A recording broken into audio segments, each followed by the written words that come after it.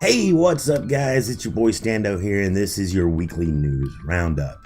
Being the first episode in our new gaming news series, I think it's best if we catch up on what we know so far with the Xbox Series X and the PlayStation 5. But first, let's talk about E3 2020. And I hear you, Stando, there was no E3 2020. And while that's true, you're right, the current pandemic, E3 was canceled in 2020, so the likes of PlayStation, Xbox, and EA and Ubisoft, they did a direct video style reveal of all their upcoming projects. In PlayStation and Xbox's case, that's how we came to see the consoles for the very first time.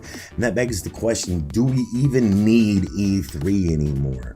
No secret that E3 costs these companies a lot of money to fly out to California every year, set up a booth, rent space for their press conferences, and you gotta think that with a direct-to-video campaign, it would just make things a lot cheaper with the wider impact and the wider reach that they have with today's video share market and live streaming market. It's no secret that aside from the Nintendo Treehouse, Nintendo itself has been skipping E3 for years while releasing their Nintendo Directs throughout the year, letting consumers and fans know what is coming to the immediate future of the console.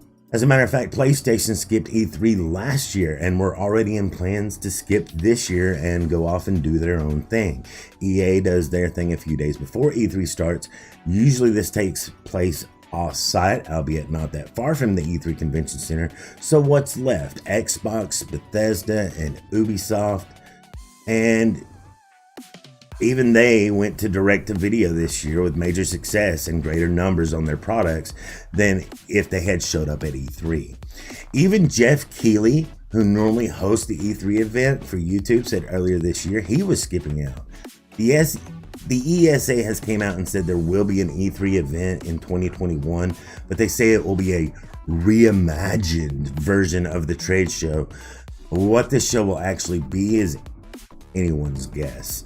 But with publishers and console makers having a wider reach thanks to today's streaming technology, one has to ask who is actually going to show up with their games to a trade show convention. PlayStation held their event in mid-July where they showed the world Marvel Spider-Man, Miles Morales, Astro's Playroom, Destruction All-Stars, Gran Turismo 7, Ratchet & Clank, Rift Apart, Returnal, Sackboy, A Big Adventure, Ghostwire Tokyo, Godfall, Solar Ash, Kena, Bridge of Spirits, Resident Evil Village, and Horizon the Forbidden West, and quite a bit more.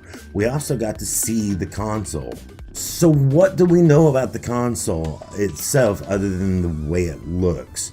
We know it's boasting an AMD Zen 2 based CPU with 8 cores clocking in at 3.5 GHz and a 10.28 teraflop GPU based on custom RDNA 2 with a variable frequency. It will have 16 gigabytes of GDDR6 RAM and will come with custom super fast 825 gigabyte SSD, which in my opinion is a little small when it comes to actual storage, but I'm told that it will be super impressive with its performance. It is currently rumored that the white fin side shields of the PS5 will be removable and customizable, interchangeable with an abundance of colors and themes in the future. So if you were worried about how the PS5 looks, well, good news. It'll still be ugly, but it will, at least you can control how ugly it is. Personally, I don't care what the thing looks like as long as it's functional and doesn't suffer from any mechanical issues. Now let's talk about the Xbox Series X. The live event started off with Halo Infinite, though a lot of folks think that the graphics don't look next gen. Microsoft has assured us that it's still a work in progress. The gameplay does look like a beast though, and we also saw the next Forza Motorsport, the Gunk, the Medium. We were only teased about Senua's Saga Hellblade 2. We know that it takes place in Iceland. Yay. Stalker 2 looks amazing, Everwild, State of Decay 3, and Obsidian showed us what's next for the Outer Worlds DLC, and a very Elder Scrolls-ish looking game called Avowed that I am totally hyped and excited about. And Playground Studios also gave us a teaser for the Fable. Outside of Halo Infinite, there wasn't much gameplay footage at the Xbox Live event, but let's talk about those specs. We know it's going to run the same processor as the PS5, cranking it up to 3.8 gigahertz over the 3.5 Sony is offering. It's the same GPU too with the RDNA 2, but they got it cranked up to 12 teraflops. Same amount of RAM, 16 gigs GDDR6, and a 1 terabyte custom NVMe SSD.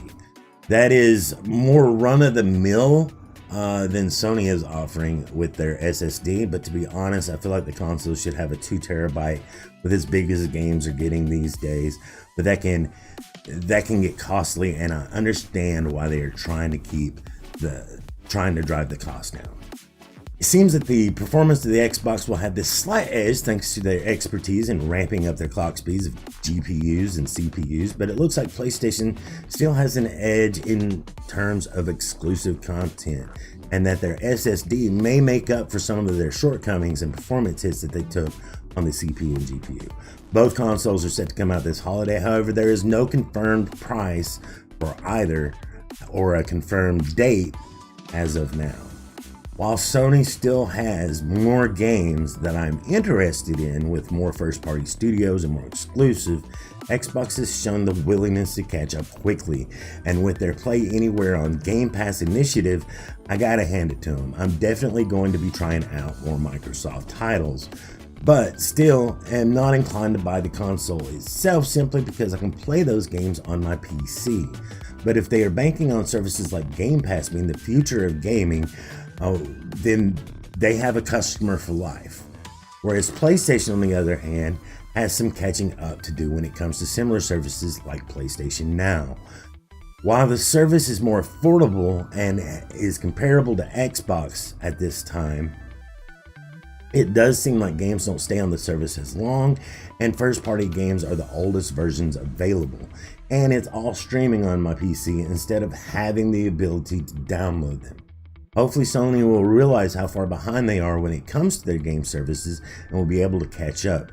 It has been confirmed that Xbox is helping PlayStation with their streaming service by offering tech that will be the foundation for xCloud. But what do you guys think about the upcoming consoles? Let me know down in the comments below, and while you're down there, don't forget to drop a like.